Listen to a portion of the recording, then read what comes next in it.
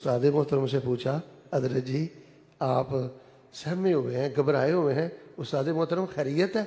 उस्ताद मोहतरम कहने लगे, बेटा मैं जब भी नमाज पढ़ता हूँ ना, एक गम मुझे खाता रहता है, एक गम ने मुझे अंदर से ख़त्म कर दिया। वो कौन सा गम है जी?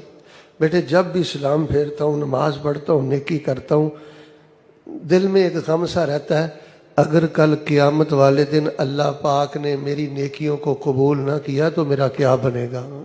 जी नेकी करके बेबाकी नहीं आनी चाहिए जी, नेकी करके बहुत एहतियात की ज़रूरत है। सैयदा कायनात सलामुल्लाह अलैहा रसूलुल्लाह सल्लल्लाहु अलैहि वसल्लम से पूछती हैं, अल्लाह के रसूल इस आयत का क्या माना है?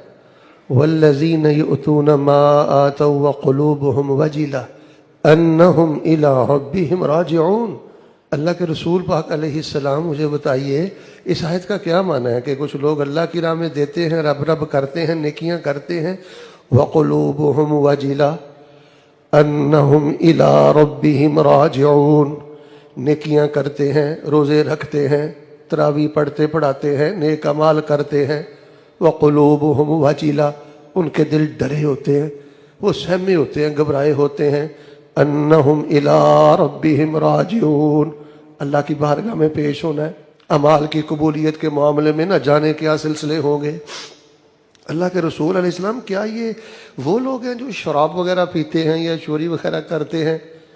फरमाया ला या बिन्त सिद्दीक, ये चोर नहीं है, ये शराब पीने वाले नहीं है, ये वो हैं यसूमून युसल्लून व यतसद्दक़ून, ये रोज़े भी रखते हैं, नमाजें भी पढ़ते हैं, सदका भी करते हैं, लेकिन वो डरते हैं कि अल्लाह तुक़बल मिनहुम, कि शायद कहीं उनके नेक अमाल रस्ते में ना रह जाएं, रद्द ना कर दिए जाएं।